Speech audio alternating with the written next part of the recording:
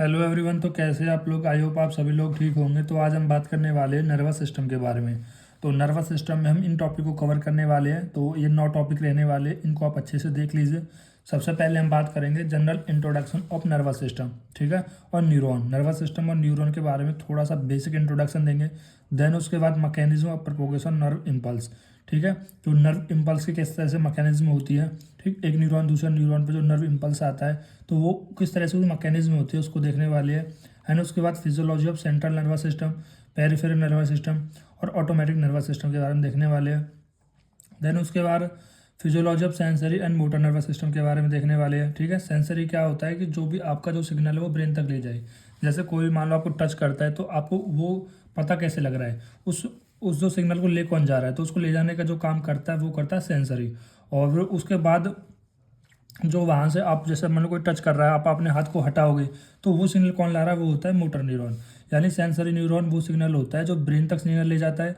Motor neuron वो होता है जो ब्रेन से सिग्नल लाता है, ठीक है। ये ले जाने का काम करता है, ये सिग्नल लाने का काम करता है, ठीक। इनको देखेंगे। देन उसके बाद हम function of different part of brain, intelligence, memory, learning और मोटिवेशन, इन सभी के बारे में यहाँ पर देखने वाले हैं। और उसके बाद हम देखेंगे physiology of sleep and dreams के बारे में, ठीक है। अब देखो, स्लीप से भी बहुत सारे प्रकार के रोग हो सकते हैं, डिजीज हो सकती है। जैसे नॉर्मली 6 से 8 घंटे की जो स्लीप बताइए, अगर आप उतनी नींद नहीं लेते हो, उससे ज़्यादा कम लेते हो, तो कौन से डिजीज देखने को मिलेंगे, ठीक है। देन एक होता है ईईजी। तो ईईजी का मतलब क्या है, इलेक्ट्रो इंसिफ्लेनोग्राम। देखो, एक होती है ईसीजी, एक होती है ईईजी। वहाँ पर ईसीजी में क्या आता है, कार्डियोवर्ड आता है, ई इलेक्ट्रोकार्डियोग्राफ आता है। तो इसमें क्या आता है, इलेक्ट्रो इंसिफ्लेनोग्राफ, ठीक है। तो ये कौन सा होता है, ये होता है हमारा इलेक्ट्रो इंसिफ्लेनोग्राफ। अब इसमें क्या करते हैं, जो भी हमारा ब्रेन होता है उस ब्रेन पे बहुत सारे इलेक्ट्रोड वगैरह लगा देते हैं, और इलेक्ट्रोड वगैरह लगा के तो उसकी रीडिंग आती है, ठीक है। तो उससे हम चेक करते हैं जितने भी मेंटल वगैरह डिसऑर्डर्स होते हैं, तो उन सब में हम क्या कराते हैं, ईईजी कराते हैं ब्रेन की। उसके बाद आता है physiology off spin and articulation, ठीक है।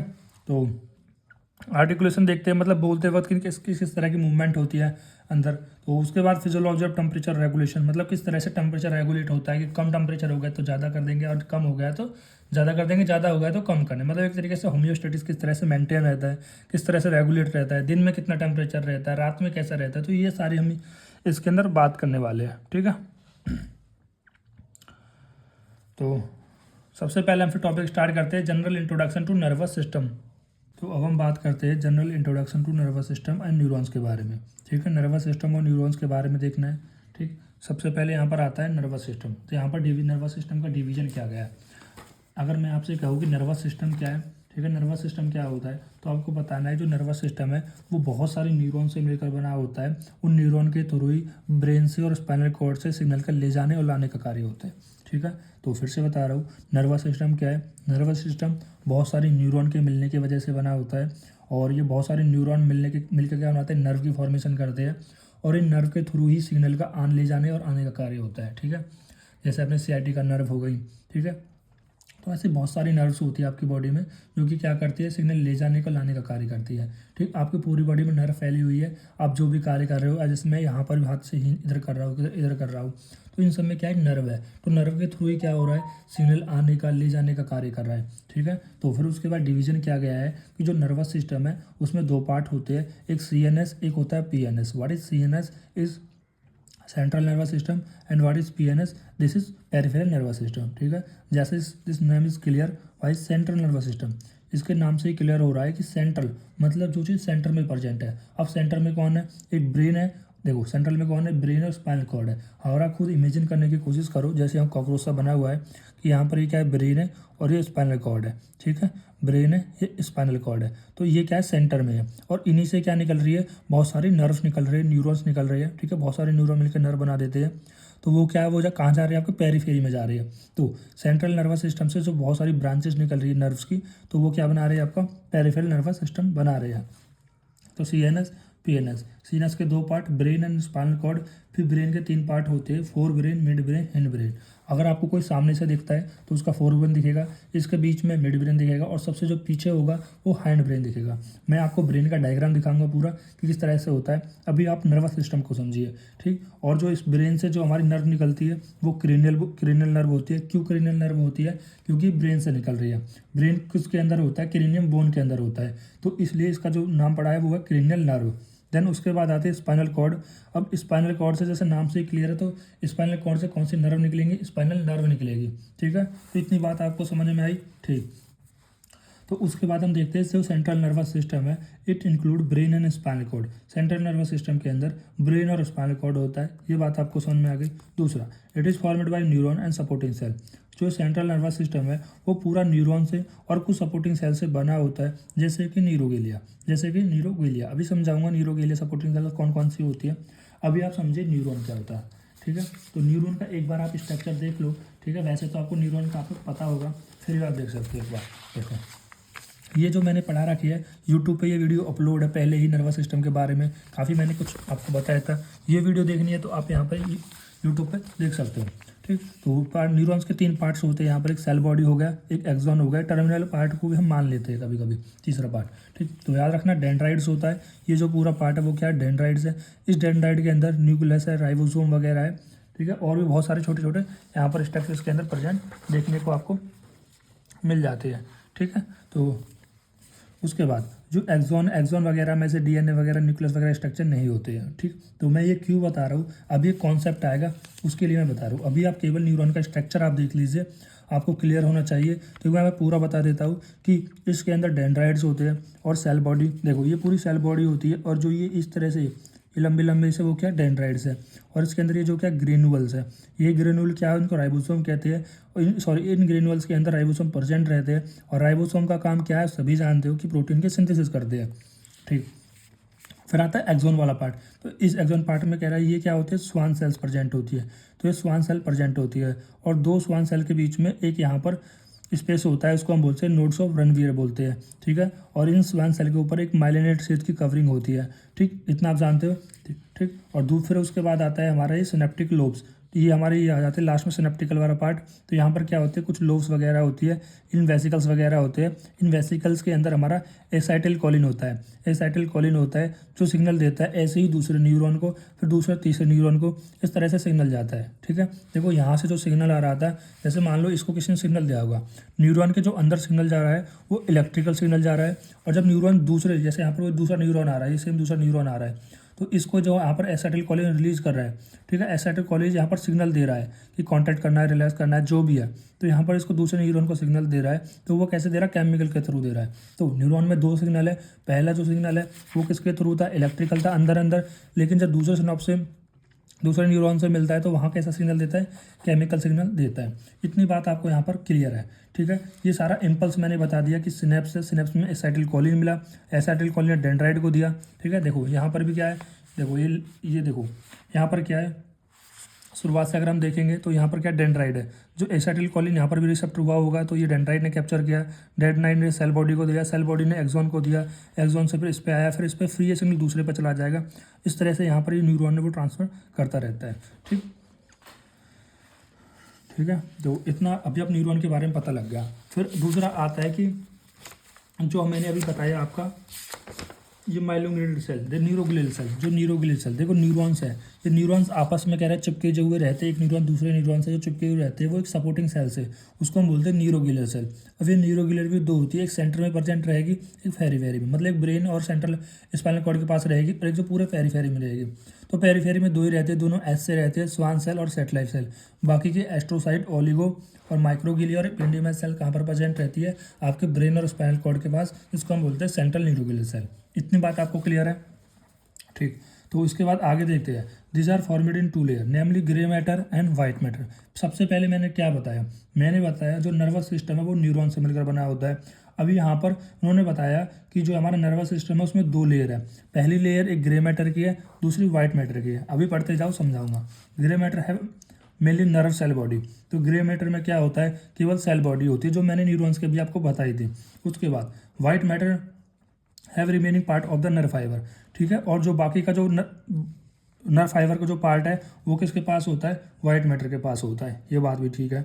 इन ब्रेन में वाइट मैटर इनर होता है और ग्रे मैटर आउटर होता है। तो एक चीज़ याद रख लो, BOG, कि ब्रेन में आउटर मैटर ग्रे होता है। ठीक है, और उसके बाद इन स्पाइनल कॉर्ड में वाइट मैटर आउटर पार्ट होता है, ग्रे मैटर इनर पार्ट होता है। इसका अपोजिट कर दो स्पाइनल का। तो इस पर देखो, जैसे ब्रेन में आउटर ग्रे था तो स्पाइनल में आउटर क्या हो जाएगा, वाइट हो जाएगा।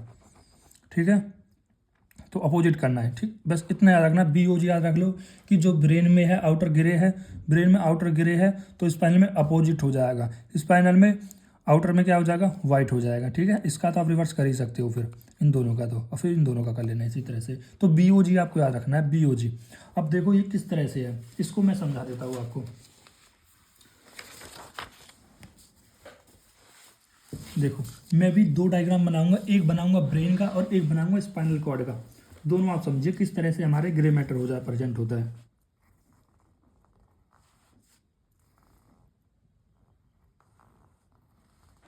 ठीक।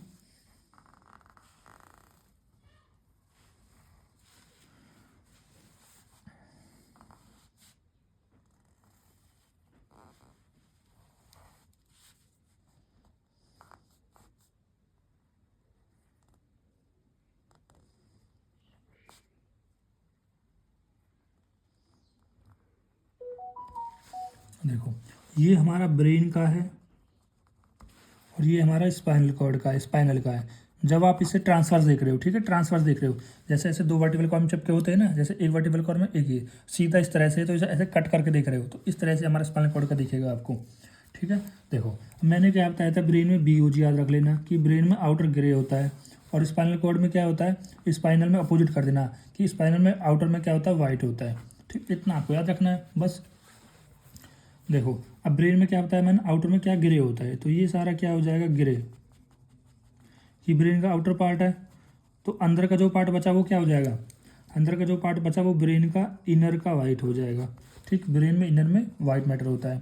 अब इसमें क्या है, सेम इसी में ही देख लो कि स्पाइनल में जो आउटर है वो वाइट है, तो इनर क्या हो जाएगा, इनर इनर ये वाला जो पार्ट क्या हो जाएगा, इनर इनर क्या हो जाएगा आपका, ग्रे हो जाएगा, ये इनर वाला ग्रे हो जाएगा।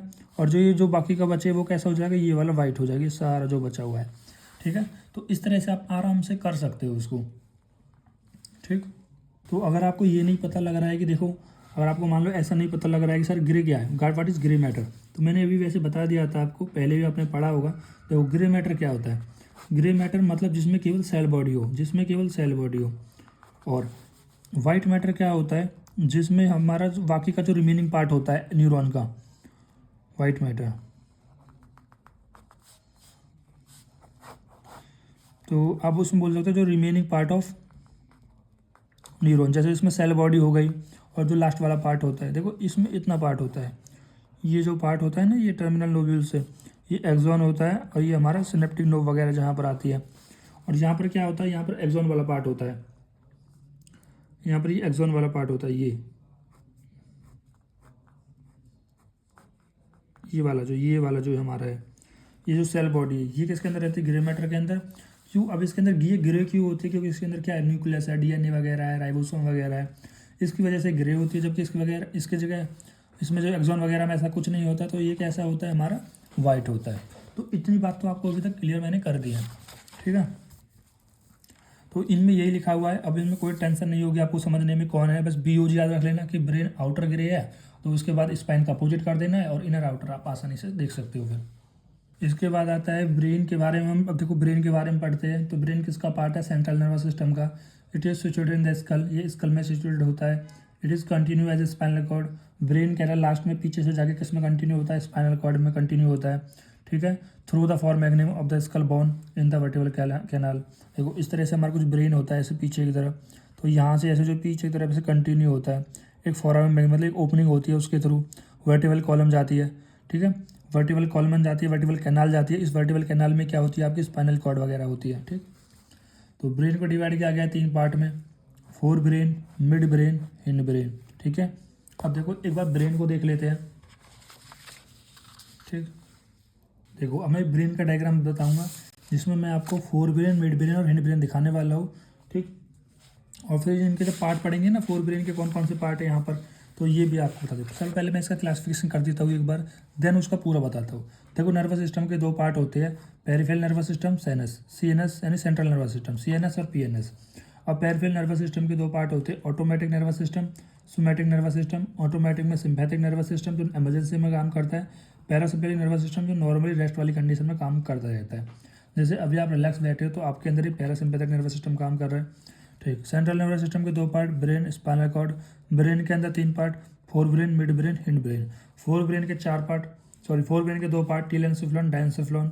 अब तो यहाँ पर भी फोर ब्रेन के 4 पार्ट होते हैं, cerebral cortex, basal ganglia, hippocampus, amygdala. ठीक है, और डायंसिफ्लॉन के 2 पार्ट, थैलमस और हाइपोथैलमस। फोर ब्रेन का 1 पार्ट होता है मेजेनोसिफ्लॉन, तो इसके 2 पार्ट होते हैं, टेक्टम और टेगमेंटम। फिर हिंड ब्रेन के कह रहे हैं 2 पार्ट होते हैं, मेटेनसेफ्लॉन और माइलिनोसेफ्लॉन। मेटेनसेफ्लॉन के अंदर पोन्स सेरिब्रम आता है और माइलिनोसेफ्लॉन के अंदर मेडुला आता है। ये मैंने आपको बता दिया। अब मैं आपको बताऊंगा डायग्राम के थ्रू किस तरह से यहाँ पर इसके पार्ट होते हैं।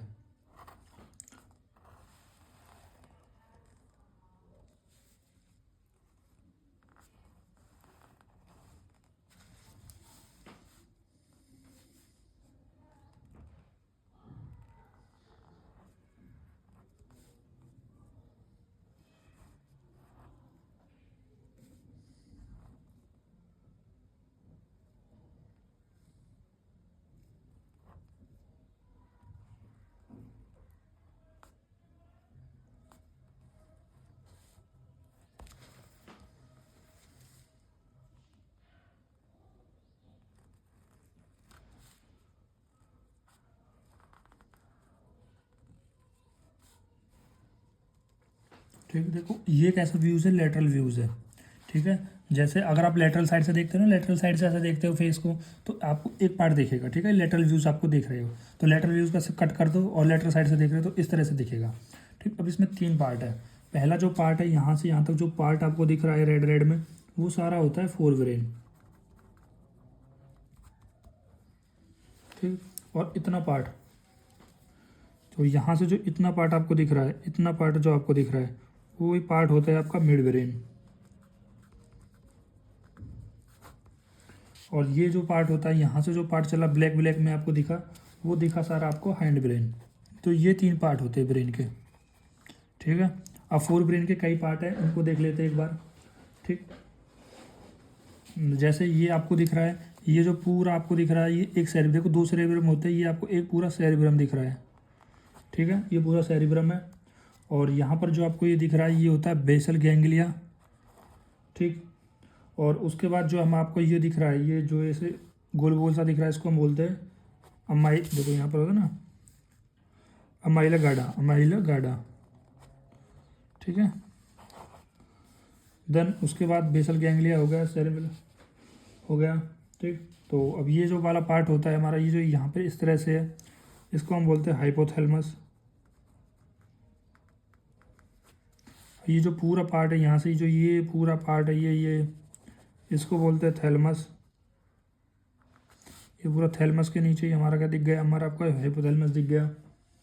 ठीक, और ये जो पार्ट है उसको हम बोलते हैं कॉर्पस कैलोजम। अब ये कॉर्पस कैलोजम क्या करता है, इन दोनों को जोड़ने का, दोनों सेरिब्रम को जोड़ने का कार्य करता है।